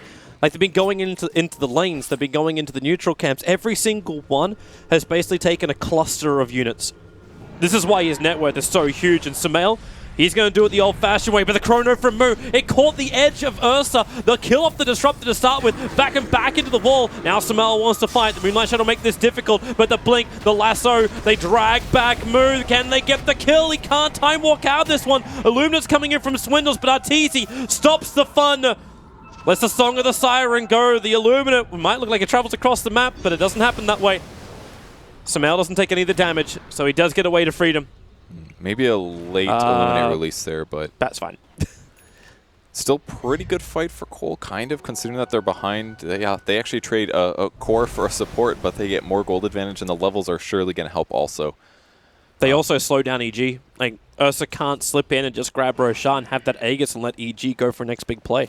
Yeah, I mean, the Vanguard was kind of a cool idea here to give him a little bit of extra hits against the Ursa, but it's not actually giving him enough just yet. And if he would survive all these with just a fraction, he was very close to time walking in that last fight. I think he maybe could have made it if he didn't go for time dilation, but he did. He goes down, and that's the carry, man. Even though he doesn't hit that hard, just be able to keep him alive is Universe important. bottom lane looking towards Swindles. Monkeys is going to surge him away. He's quite farmed at least. Monkeys is doing really well. Pipe will surely help, especially against Radiance, actually. That should cover so many damage ticks from that. They're going to go for a smoke. I guess they want to turn and go. Oh, they actually, I think with the gem, they spotted the... No, maybe not. Must have been an EG ping. Maybe. Sumail's coming over to the pit now. So Complexity, you've smoked up. You don't have maneuverability on Monkeys. He went for the pipe as well as the Mexano with no Blink Dagger. It's not as scary around the pit. I mean, I think they can definitely do it, though. There's Naga trying to slow things down. Song of the Siren's available. 5-second arrow on Sumail. This could do a lot. Arteezy, does he let the ulti go? The Illuminate destroys him. Crits on low life, throws the ulti down, but Mirana's already picked up the double kill. Cancel have to wait around a little bit longer, but then Moo lassoed up onto the hillside. He'll jump back down against a 2-man chrono. Arteezy and Ogre caught. There's no mana for Song of the Siren. The arrow chain from Cancel is perfect as well, and another Illuminate from Swindles. They're getting kills left, right, and center. Sumail might have jumped back in, but it's at the cost of his own life. You kill off at least one with the SB. The Moonlight Shadow trying to be used. They can dive in deeper. Sumail still on the run. The arrow flies low. Sumail runs high. Ogre, can he create some space? Maybe with the Ignite, with some slow. Push down the Sentry Ward, so at least they get the vision. The mana leak. Sumail, he'll get stunned up with that back in again. It drained everything out, gave the stun, and this will be a team wipe in favor of Complexity. Leveling the board at 15-15. Net worth means nothing. Team fight means everything. Everything went perfect in that fight. The arrow on Ursa, he looked high HP, but then Cancel read the situation. The jump in double Starstorm with the full channeled Illuminate just instantly blown up. And as soon as that happened, the fight looked really tough for EG. They had a great static storm to try to kill Cancel, but from the high ground, Monkeys mech'd him. He stayed alive. And then the big chrono, catching 3 EG heroes, guaranteeing another round of huge nukes. And then it was just the chase. See how many kills you can get. Let's have a look at it again. So this is where it all starts. Sumail, delete. Yeah. Practically with Starfall and Illuminate. Yeah, Crit couldn't go anywhere. He at least gets the ulti down, so they hold the Mirana in position, but we're straight back into the fight. Not even a time for a replay. Trigger off the dust. They were looking for Z-Freak. He initiated with that Shadow Blade. The spoils of war, with all that money he got from the last fight, he purchased it. But now he loses his life. Man, look at the net worths now. The Darkseer and Mirana, they're actually above Ursa now. Ursa actually hasn't been farming that much.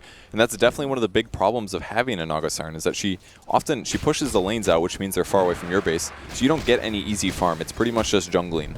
And then you also want to take kills, but EG doesn't really want to team fight too much, especially after what just happened. So yeah. Ursa doesn't have a lot of great ways to stay ahead in farm. And now, because there's Ags on bottom, he can definitely get farm, no matter what. Because it's also the three. It's the three Starfalls. The one from the Ags, and then potentially two from just the insanely low cooldown that Sharkra grants you. It's a huge advantage. So if you can just hold EG in, say, a clustered area like Roshan, you get Illuminate plus 3 Starfalls. That's so much magical damage to try and resist. All right, moves up to 3,400 gold. Almost for sure he's going to get Radiance here. A little surprised he's still committing to it, considering what the setback was, but it's pretty great item against EG. 2 of their heroes are Blink Dagger heroes, both Batrider as well as Ursa. That means every second these guys are going to get their Blink Dagger disabled if they don't have something like Raindrops. So good pickup, especially if he can stay alive. Well, if Swindles can finish up the Aghanim Scepter, then that's a higher possibility. Because then you're going to have that heal coming in from a Swindles, not just the damage, and more of a global thing, which is something they really needed up against the Naga. Another pickoff. Monkeys. That's a dead hero. Yep. Very, very dead. Chain stuns, man, they're good. And Zai actually even going for Fire Blast max out. Kind of a cool build. Very good against Faceless Void. That's why he's opting for that. They need burst damage. They need to kill heroes before they get their mechs off and their leaps off and their chronos off. So makes a whole lot of sense here. And even though RTZ has such high net worth compared to everybody else, I'm looking at his items and he actually looks kind of empty in some ways. Like, he's definitely very good at fighting. Most of Is that that what's cost coming on the courier? Oh, yeah, it's the rest of the mantra on the courier now. All right, this makes much more sense. Yeah. Octarine also a very expensive item, but very fast hero. His damage is still okay. It's not amazing. And until he gets like Diffusal Blade, maybe a Butterfly afterwards, it's going to still be hard for him to take fights to Cole a little, even though his farm is so high. Is it worth going straight for Diffusal, or is it more important to have illusions which Mirana can't just nuke down? Well, so your split push is stronger again. I mean, they're going to be nukeable no matter what, and just by scaling naturally, just gaining HP is already going to be fine, because Mirana doesn't have a lot of single target damage. She has mostly AoE, so I don't think he has to worry too much about buying a heart. I think he could honestly just go Diffusal, then he can remove things like Blinding Light, he can remove Mana Leak from him or others, he can remove Time Dilation. That's the big thing right now, so. And make his illusions actually do great damage. Universe, Blink, and Lasso manages to find Swindles, drags him all the way back over. Swindles doesn't spend any of his money, only loses about 250 of it. Because most of that is still reliable gold. So Cole, again, losing one hero, kind of a big loss, especially because the lane's already pushed out. Not just the lane too, Sumail's gone in for Roshan. So they've been waiting a long time, EEG, to get in for this. Put the Observer Ward down, the Tier 1 tower, they're not really pressuring it, they're actually really gathering around Roshan to make sure Sumail is safe in what he's doing. But now they'll finally come back and finish the tower. Yeah, maybe something Cole should have gone for, but honestly, they don't have good rush heroes at all. One of the big lackings in their lineup here. It's pretty much Faceless Void is the best, but he's not good. He doesn't have damage. Doesn't have damage. As you said, he's building into this Radiance. He's been sitting there for a long time with net worth that doesn't do anything. And the damage he actually does is mostly magical, which is heavily resisted by Roche. So Ursa is a little bit better against Roche. They may even lose this Tier 2 here. And I kind of think it's all right for Cole to trade this just because they're 70 gold away from Radiance on the Void alone. They're keeping the other lanes pressured in, like Cancel creep skips out the mid, while this pressure gets applied on the bottom lane. Yeah, he's going to go back now. He's got it. Almost immediately, I expect them to go for a smoke fight. I'm wondering if Complexity is almost happy. Like they want to fight, right? Yep, now they do. Like you almost want EG to think that they can go high ground, even though they're not going to do that. Their lineup is still great for split push, but like the defense for high ground for Complexity is quite nice. Yeah, it's really good. It'll be better once Monkey says that Blink Dagger. I'm still waiting for that critical item from him. Because right now the jump in initiation is Faceless Void. Yeah, it's a little scary, especially when he goes Radiance like this. Definitely impacts it. I don't know. I just feel like EG is not going to be so grouped up that they're going to get caught in the first place. Obviously, Vacuum is going to help them group a little bit more, but it's always going to take vision. And they've almost got it. Once they get Coddle Eggs, a lot of that Batrider advantage is going to be lessened, just because they should see their opponents before their opponents see them. Gem plus that changes everything, and maybe that's what Swindles needs to do, really focus on getting last hits. But there's never any creeps on their side of the map. It's always pushed out by Coddle, and the few times that he has tried to push lanes, sometimes he gets ganked. And that's where he loses the money. That's what happened on bottom lane. Knows what he needs, just can't find space for it. Throw an Iron Shell down from Monkeys, Creep Wave pushes out. The Mirana creep skips, Creep Wave pushes out. So they're setting up in the top side of the map right now. Fighting anywhere there isn't towers is a good idea for EG. Something Cole really abused in their final victory against EG in the last time they played was buying back, TPing to a tower near where the fight is, and then taking essentially a 6-on-5. So even if they lose gold from buying back, they'll about equalize it from winning a strong team fight. They can't really do that this game, though. It means they can't make very many mistakes, and they have to be very careful. Smells giving up his TP scroll to hold on to that fresh BKB of his. So just keep in mind the fact that Smell can't come back if things go wrong. I think his plan, though, is to die if something goes wrong. Yeah, most likely. I do like the BKB pickup, though, especially if he gets it off before the chrono. Before he was using Enrage for that, but it's not adequate because it's really about the stun follow-up. But he gets hit by the arrow. Exactly. Pop BKB, no arrow. At least you survive the chrono, then you can fight afterwards. Look at Cancel. He's checking the sides. Okay. Blinks into Arteezy, leaps away. But he's throwing arrows into the tree line on the north part of the top lane. Yeah. He's looking for Universe. Yeah, if he got lassoed up there and all of EG is standing by, very, very dangerous. I like this item choice from Cancel. An E-Blade. That's going to throw a spanner in the works for the Ursa, even though Samel does have his BKB. And not just Ursa, also I would say against Naga Siren, he's got tons of HP. He's getting lifesteal just from standing there because of the Radiance. If you can just increase the magic damage he takes, all of their heroes can amp that up. Mirana's double Starfall. You can do an Illuminate Blast. Just Ion Shell tricking away is going to work. And Radiance as well. Just lots of magic on Cole. So we're hitting this timing window where if they get enough BKBs on EG, they're actually going to have really good resistance against Cole's nukes. Swindles is desperately trying to find his last bit of farm. Unfortunately, he didn't illuminate the wave properly, so he's only going to get one out of that entire creep wave. And he's still short by 550 gold of getting the Aghanims. Yeah, so this is a dangerous moment here. They're going to try to catch them on the retreat back. Oh, Spot it. Yep, Blink Lasso. They're going to throw down at least with the Moonlight Shadow. They don't have the detection available.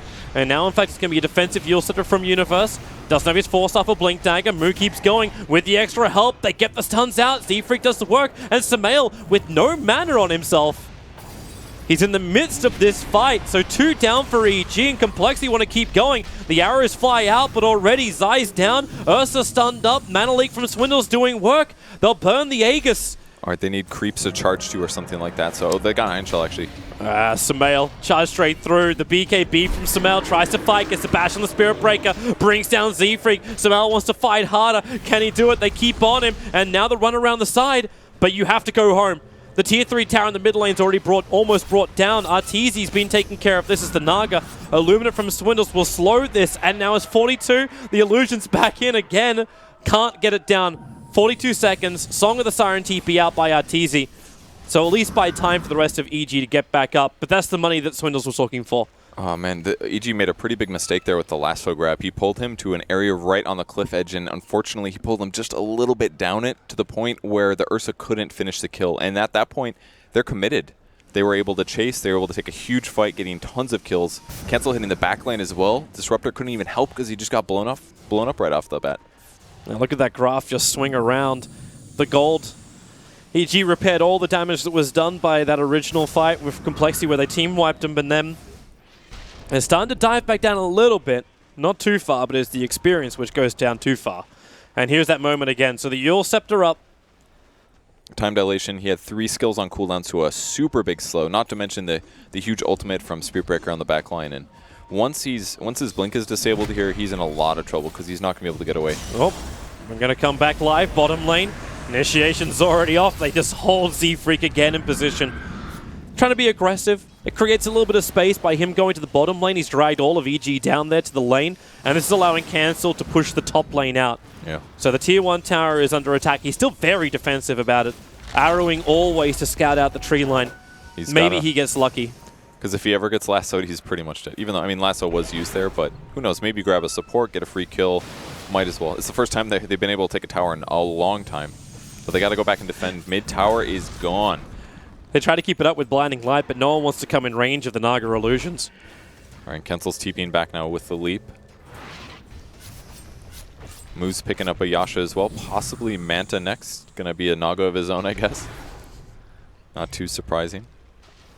And the farm levels of Cole is looking real good. Darkseer, the Faceless Void, as well as Cancel on the Mirana. They're all getting very competitive with Ursa. So at some point, Naga is going to start sucking. Actually, she's pretty much there. 1,800 gold. She's got 6 items. You can swap some of these out, but it's not a whole lot better. It's just a little different circumstantially. So EG's on this crazy clock right now. If Cole can keep this game going for like another 20 minutes, I feel like, and they don't just get a huge split push advantage, like they need to get Arax real soon so that Cole can never leave their side of the map. I would feel so much more comfortable about this in the complexities position if I had a better way to deal with these illusions. And they just don't, because of that heart that was also picked up on Arteezy. They're just so difficult to kill. A double Starfall doesn't do the work. You need both an Illuminate and a double Starfall. And Arteezy's doing a fantastic job of splitting up these illusions. So you got some attacking through bottom, some attacking through mid, a little bit chipping away at top, and complexity, they can't just focus and deal with it in one front. And they've got great wards for it as well. 1 mid, 1 top, 1 bottom. They want to know if Cole leaves their base, and they're going to try to prevent it at all times. Sumail's going to go back on the map, getting some farm done on the jungle camps, and the other 4 heroes are going to sit where they are. Maybe that's when you have to look to cancel to get something like BTs up. I mean, it could kind of work. Moo could also do something. He's fairly survivable by himself. They're going to smoke it, though. And Midnight. They're coming out to fight. They'll leave this ward here. Crit's the closest one for them. Now it's actually going to be Zai. Sits on the tree line, and up they go. Oh, what a chrono. Chronosphere. It doesn't catch them all. Arteezy's just far enough away. So he'll get the Song of the Siren off. The arrow will connect, however. So Universe, Illuminate flies in. There goes your Batrider. Song of the Siren will end, and the E-Blade pop down to Disruptor 2. The wall and the storm might have got up in time. Now Sumail and Arteezy, they try and do some work. But Z-Freak bouncing back that BKB Magic Immune Sumail. They try and focus on a different target. It's Arteezy. He's number 1 target for complexity. The buyback even came out from Swindles. He'll beat the man on the defense, but can they kill Arteezy? He's still a rough ask to do. Is there that Starfall? There's that magical pop damage, combining it with the E-Blade amplification. They were able to find the kill. The Rain Tracks was lost at mid, but the melee still survives. And they stole the gem from Cole, but I think they actually just traded gems, pretty sure here. Yep, they did. One on Zai, and yep, the other on Swindles. Yep, just a little trade. Swindle's getting blown up at the start. Looks like he did go mid for a lane, buyback. Sumail. Oh, Well, Moo was there. that was on my screen, but it happened so fast. Swindles tried to help him out, like he mana leaked. Charges coming in, and he's gonna bring Cancel to the fight. Ursa is still waiting it out. It's got Enrage up in 14 seconds now. Cancel has to retreat out. Z-Freak will arrive. They have the vision. The arrow connects on the Ursa. It's pretty point-blank range, but Sumail into the Enrage, and they got the lasso. Spirit Breaker can't do much more, but you do get the Eul Scepter. This will break free of that mana leak, allowing Universe to blink himself away without getting stopped. But Cancel, the double Starfall. Crit down to 8 HP. Still alive. They're backing him back over. Will it be enough? No, Z-Freak. He'll see Crit. One more punch will do the work. A double kill for the Spirit Breaker. Zion's managed to retreat back to his tier 3 tower. What a close fight, man. Cancel going for the big plays, but for once actually falling a little short there, and Arteezy surviving and at least coming back and pushing out the mid lane. Well, let's actually have a look at it. So this is the perspective of Faceless Void. That initiation. Oh, look at that vision. So good. And then gets a 3-man, but Arteezy just on the side that he didn't get him. The crucial moment, though, was this arrow from Cancel coming to the side, guaranteeing that Batrider dies towards the start, and the big double nuke shutting down Crit. They started the fight with 2 kills and the song down. The positioning from Cancel was amazing. Like, it's just far enough away. Song of the Siren, Arteezy. He's got help coming over. Sumail is already being charged, however. This is coming in from the top lane. So it'll take a while for Z-Freak to arrive. But Swindle's protected by Lotus Orb. Yes, protect your Keeper of the Light. He is the most important hero in complexity. And don't forget that he has flying vision here. They can see all the enemy heroes coming, so Swindles is fairly covered by his team, and that should mean that their fights start in a good way. And EG's always got to be scared about the Chronosphere. If you catch 2 heroes, and especially if one of them is Naga Siren, then you're probably going to lose the fight. Swindles is currently dying to the Naga Illusions, though. Okay, he hits himself with his own Illuminate, and he's fine. Yeah, it's free 500 HP heal, right? It's definitely a good place to be for him. I'm not really sure what they do to actually deal with these later. Maybe they start getting attack speed items on Void. I'd love to see something like Radiance, or not Radiance, Mjolnir would be great. Attack speed increase. Great way to deal with great Observer Ward. Arteezy's walking straight into him. So they start. Moo gets the Chrono off. The arrow flies forward. It hits not on anybody. It just timed out before it hit Crit. Now with a leap into the Starfall. Mirana into a death. She jumps with Z-Freak. Maybe can space and be created. No, it can't. Mirana's down, but the back wall. Monkeys. He'll make a whole bunch of new friends out of EG. Song of the Siren from Arteezy tries to stop the fun once again. Crit's back into base safely, but Zai, he's Cancel brought trapped back. outside, so he'll Oh, drop the down. dodge! And where is it? He meant to dodge the E-Blade Starfall. He actually lived because of that. What a sick play from Arteezy. That was so close, and that was a buyback from Cancel for that moment. So finally, EG getting some advantage here. They absolutely took control of that aggression from Cole.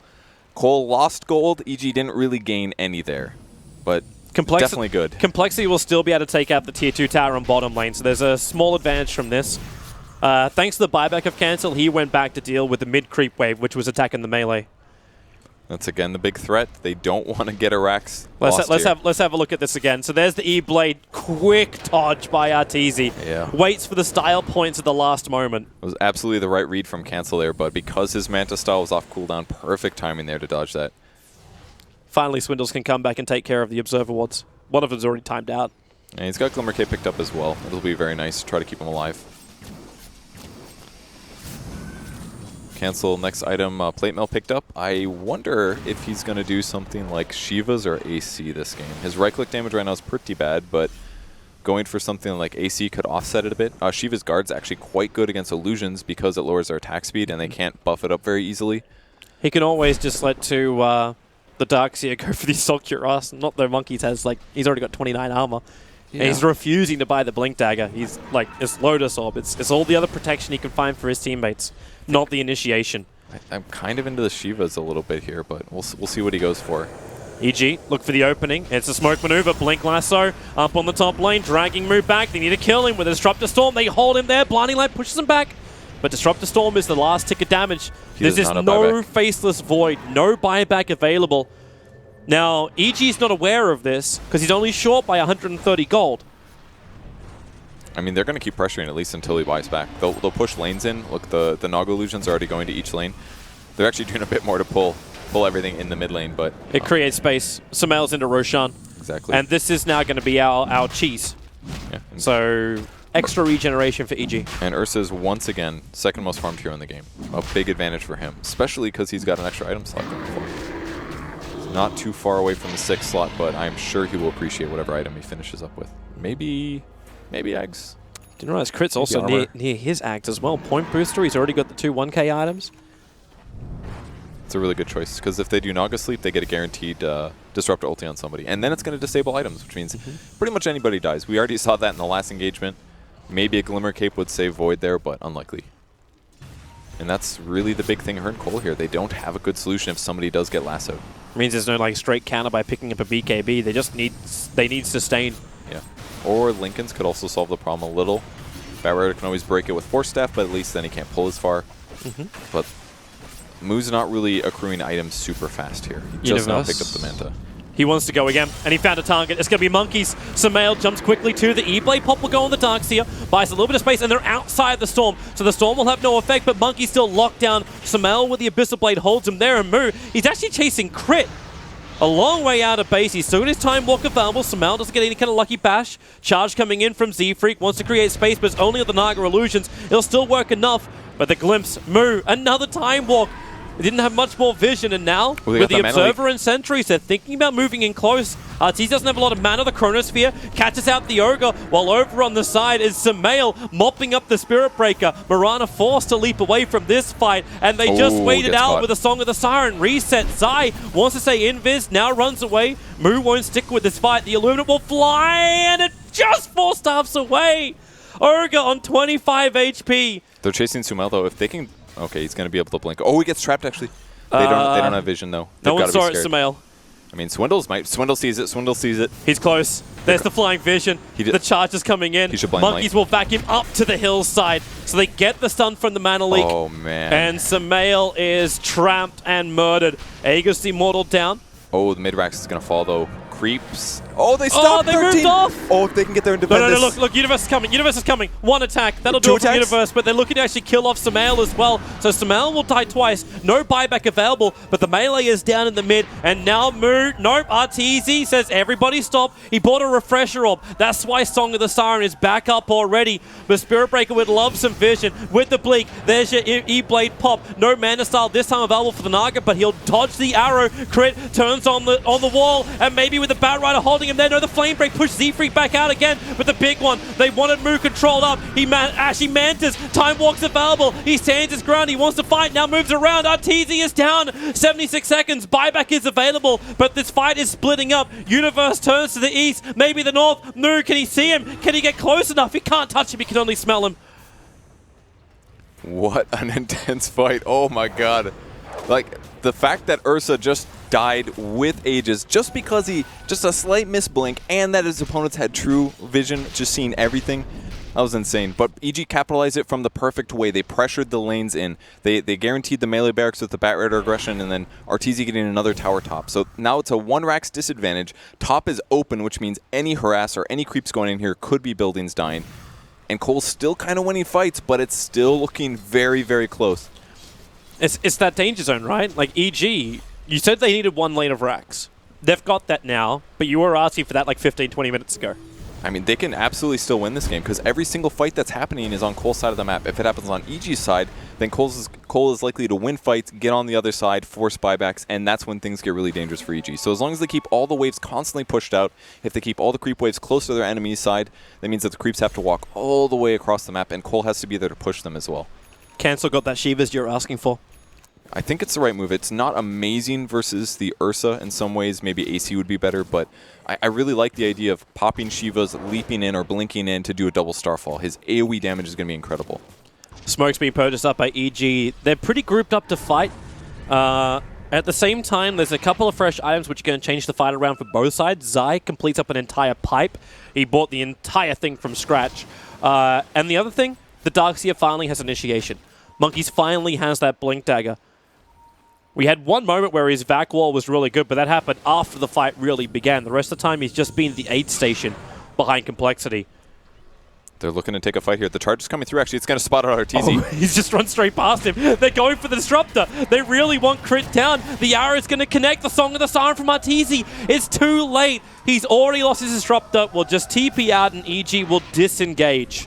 And they're TPing back to base because the lanes are pushed. And it was a really smart way that Cole did that. They said, okay, this is the guy that's going to guarantee one of us dies after the song. Kill him first. They ran right past the other high targets, the high-value targets, and they went straight for the Disruptor. It's a great choice. Okay, Arteezy needs to spend some of this money. He can't? He's on 7.6k. I don't even care like right now if he buys himself a Moonshard. How about a Courier Train, maybe? Actually, Moonshard's definitely the right choice. Necrobooks, maybe? That's something.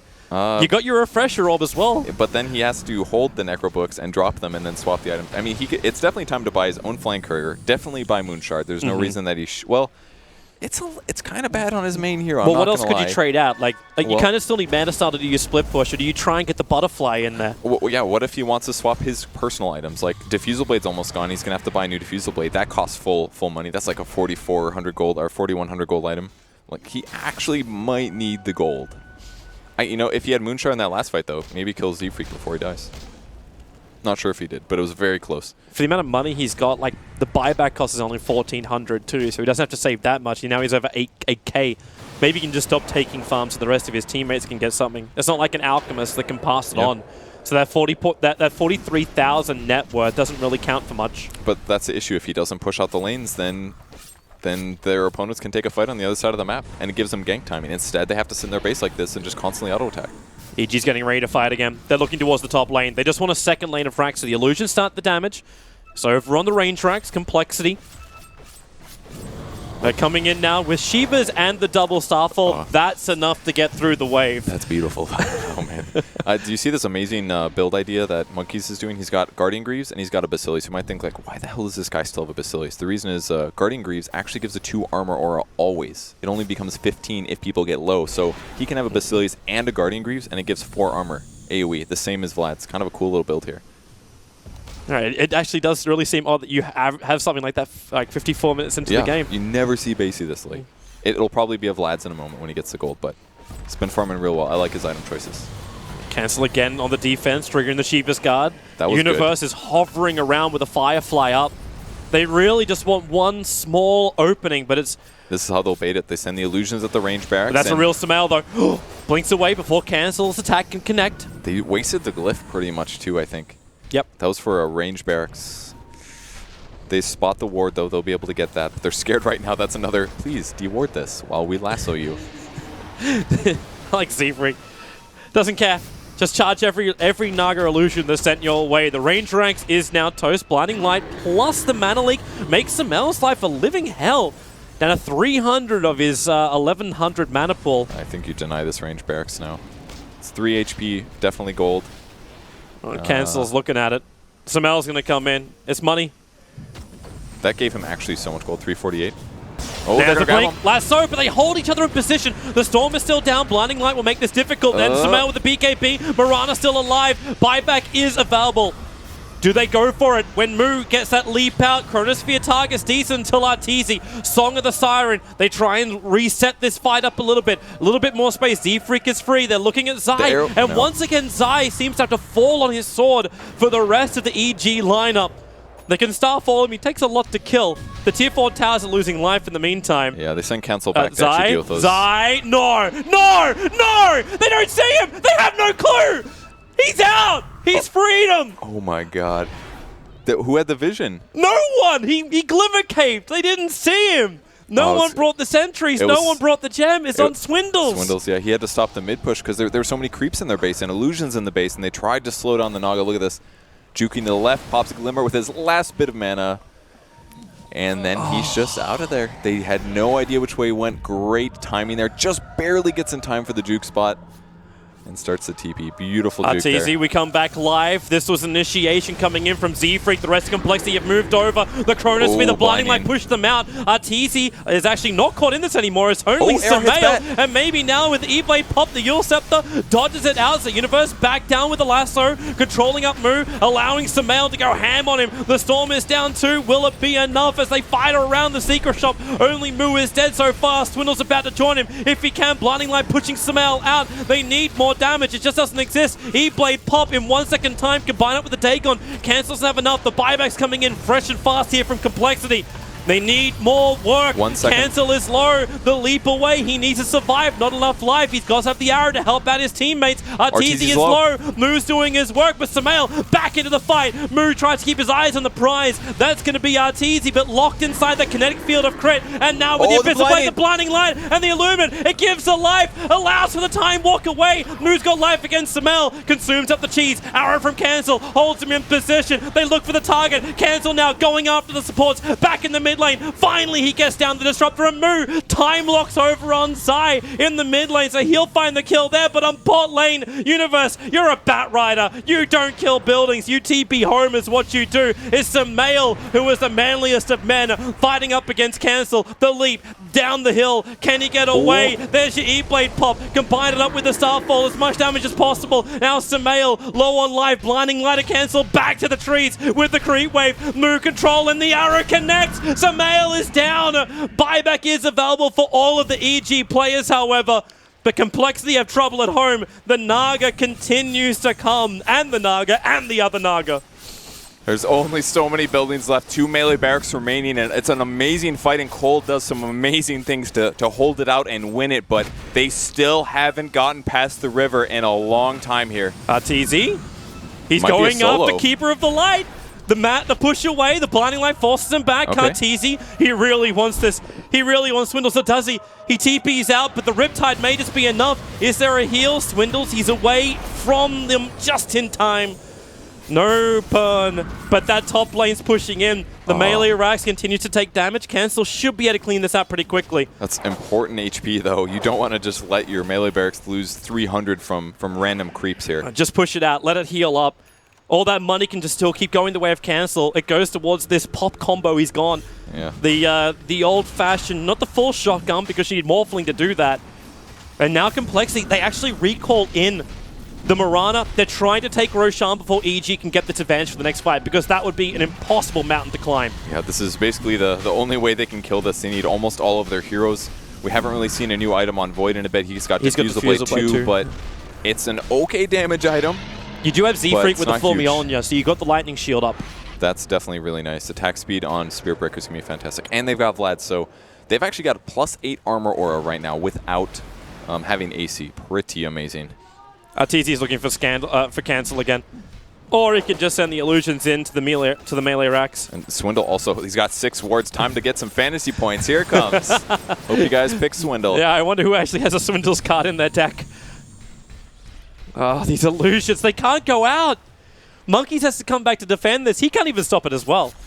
Yeah, this is pretty slow, that's for sure. But at least Melee Barracks do respawn, or regen, that is. Just got to keep them a little full. Dagon 3 left on Mirana, so he's got a couple more ways to pool some gold. There's that fresh diffusal finally over on Moo.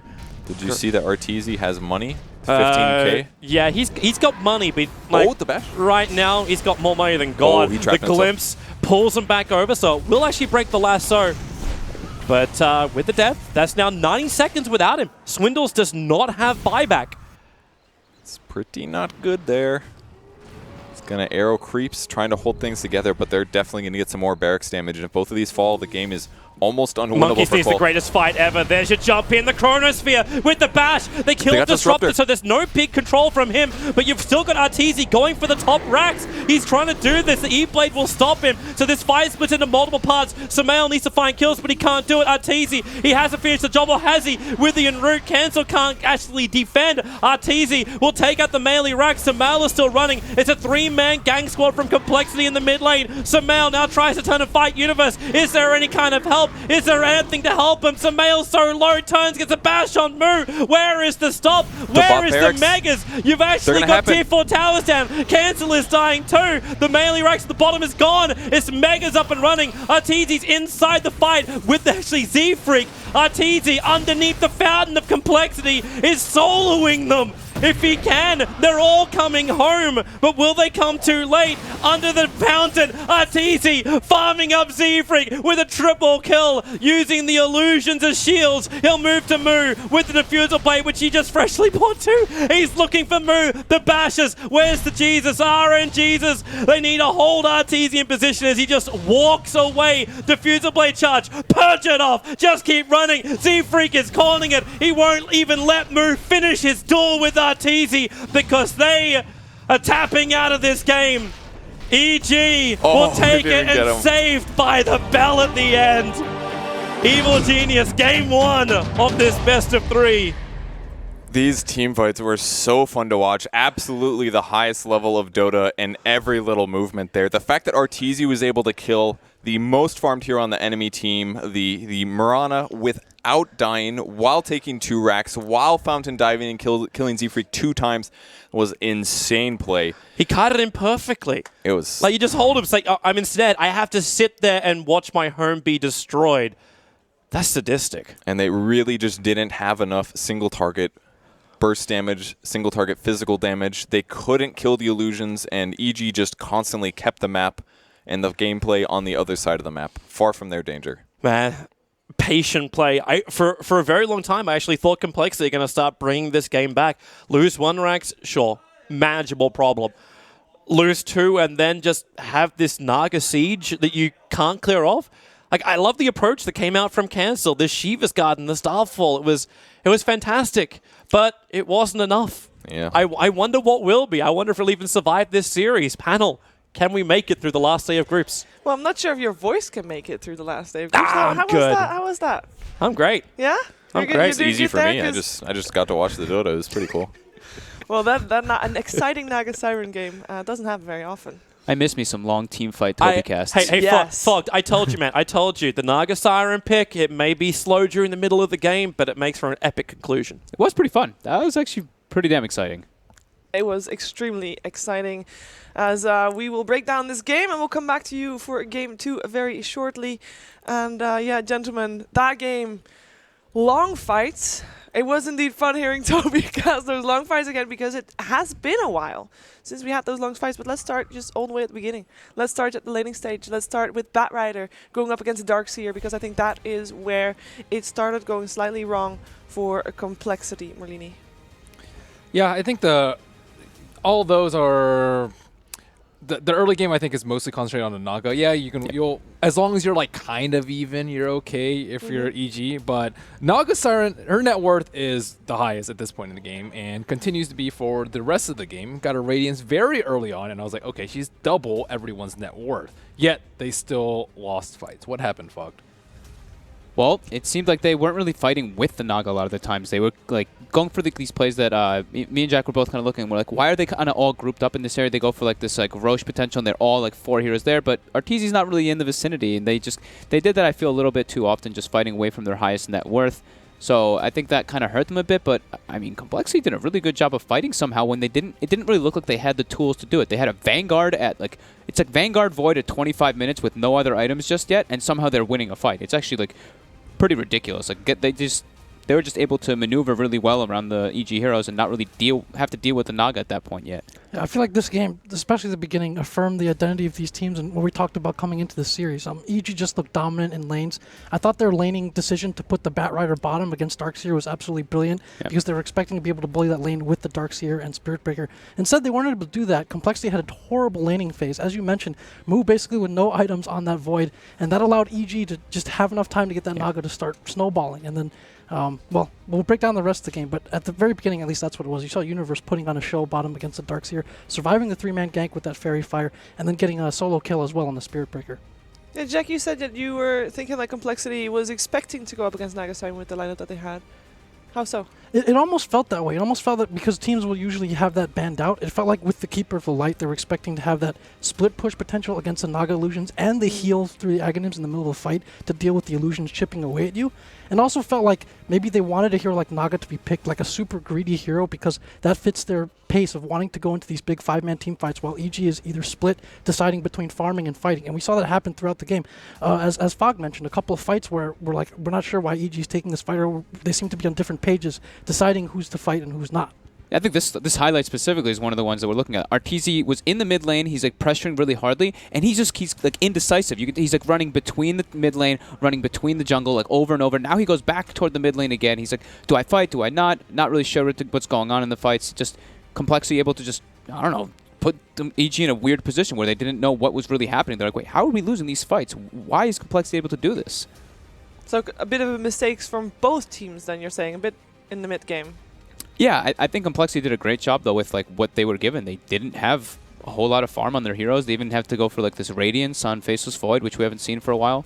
The Wagamama build, but it came out like 32 minutes. He gets a Radiance. That's a very underfarmed Void, just because, like Jack mentioned, the laning decision by EG was genius, just the way they set it up.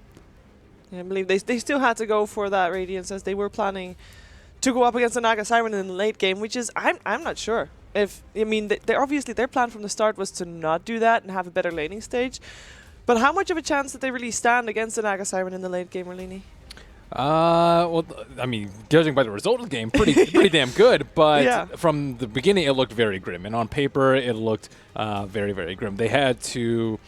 They got the gem a few times from the Naga Siren. They had some really clutch kills. I'm really impressed with Complexity's teamwork this game, and some individual play. Like I really like the arrow onto Ursa in the Roche, and then the leap over him to get this double Starfall while he's stunned and kill. I was like, wow, that was really impressive to watch. And a lot of those small things just added up to this being a way longer game than EG would have liked. I think they wanted to end the game at like 35-40 minutes with the way things were going, and then like they still had a really tough time to deal with the illusions, but everything happened like 20 minutes later than EG wanted. Yeah, I really like that you pointed out actually that gem, because they picked up a gem at a pretty early margin, like, and they put it on Arteezy, and he ends up losing it within the next like 5 minutes from that the rotation by Z-Freak. So losing that gem definitely like hindered their ability to end the game at the moment that they wanted to. His Spirit Breaker was really good. Yeah, Z-Freak played a really good Spirit Breaker. The Cancel and Z-Freak had an amazing game, to say the least. And I feel this is one of those games where if you're Complexity, you don't feel necessarily that bad about losing this game because you feel like you really maximized, like, say, your net worth given the situation that your Void was in from the lanes to even make this a close game to begin with. Whereas if you're EG, you might feel like, you know what, maybe this game shouldn't have been this hard. Given that our game plan went well, that our lanes went well, maybe this game shouldn't have come down to this, having to be able to win the game. So I think it's an encouraging sign if you're Complexity that their overall game plan still works. They really just have to shore up their laning phase going forward. You could tell from like the camera on EG at the end of the game, like Zai just looked frustrated, drained. Yeah, right. It's like it should not have come to this. They've had a very long day of games already, and this game definitely was a bit longer than they were expecting to. For Complexity, though, it felt like later on, even as they were winning fights, they were lacking something. we talked about it a little bit earlier that they often pick Leshrac to have that aspect of the tower push. Is there anything like is that what they lacked? Is that if they had a little bit better tower push, doesn't matter from what hero, could they have done better in order to take objectives after a fight that they won? I think it would have helped, but I think the main thing that we probably wanted to say, like Jack mentioned, is fixing their laning phase, and I think that they would come out in a much better margin, because this one, like, the lanes went so detrimental for them, and then they still are somehow fighting back with such a obviously being so behind in it. And yeah, if they come out at an even factor versus EG, this could be a completely different game.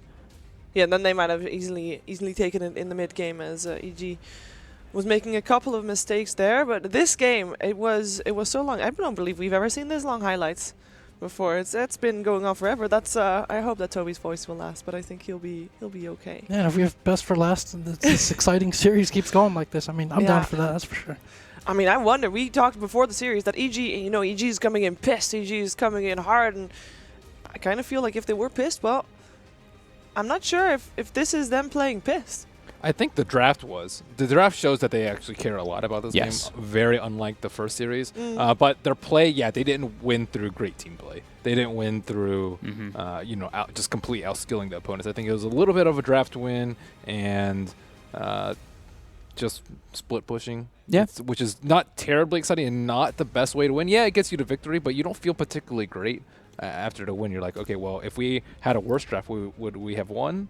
Probably not. Yeah. I mean, it's just impressive that they're able to fight that. I think it's really a big thing to note when a team that's so far behind is the team that's team fighting better than the other team. Yeah, they're so fierce at fighting complexity. It was right, and that's really the weakness. I mean, if you're expecting like a snowball core to win you the game with EG, well, you did ultimately get that result. But some of these team fights, it just looks like they're not on the same page. Often, like someone is deciding to fight, as you mentioned, Fox. Someone is running away. They're not really sure what to do. That hesitation is very costly. When complexity's agenda is very straightforward, we're just going to keep running at you and fighting.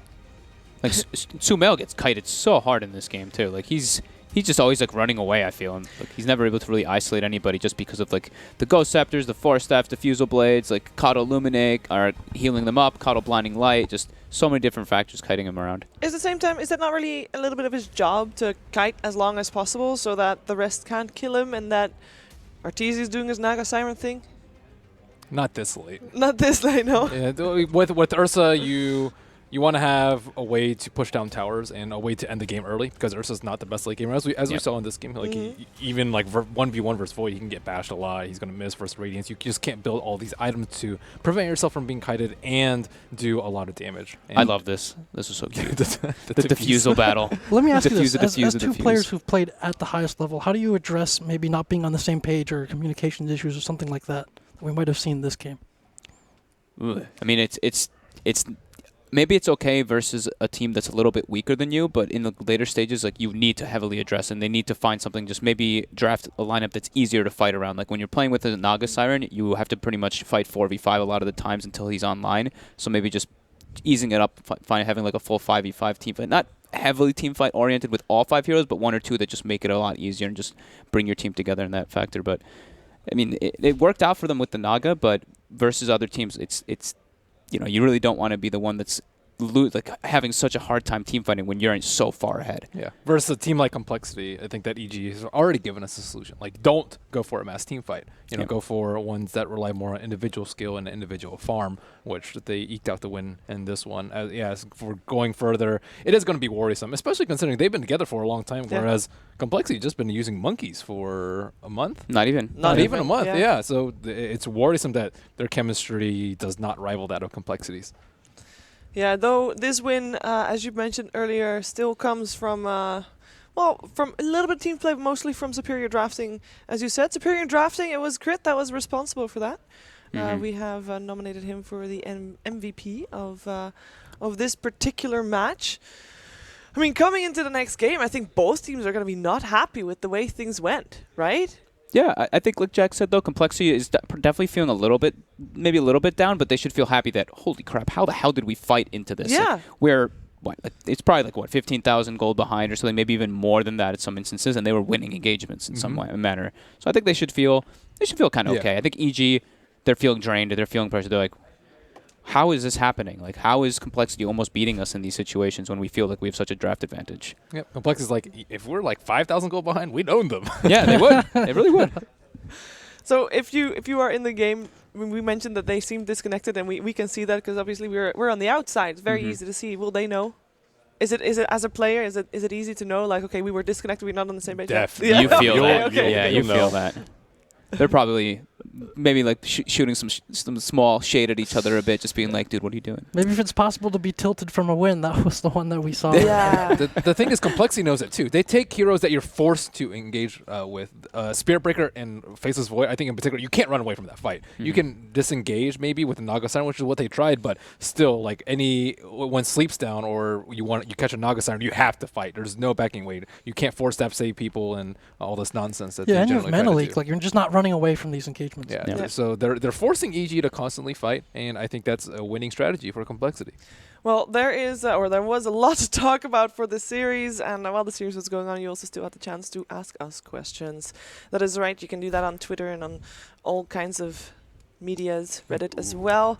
And this one in particular comes from @Lama_nut. Does EG have the teamwork needed to pull off huge wombo combos? Now, this is all got to do with being on the same page. I guess Right? it depends on what huge wombo combos entails. Like with some of them, they probably can, but they do seem disconnected. I think some of them are just like easier access. Like with the Naga Sleep and Disruptor Ultimate, they had that happen a couple times, but maybe in some other ones where they have like a vacuum into like a Sven stun or something, they will be maybe some lack of communication, but because they just seem disconnected in my opinion. So What about a 3-person combo? Yeah. that's where it gets very difficult. Yeah. And I think in I mean, 2 if or you're talking 3 huge, that's 4 people. Whoa, let's not go there. take it easy, shooter. Sorry. And what do you want to say, Jack? Sorry.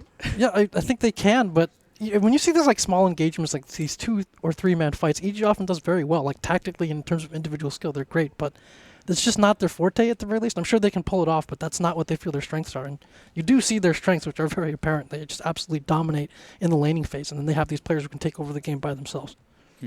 Well, we know EG to be a lower bracket team, and maybe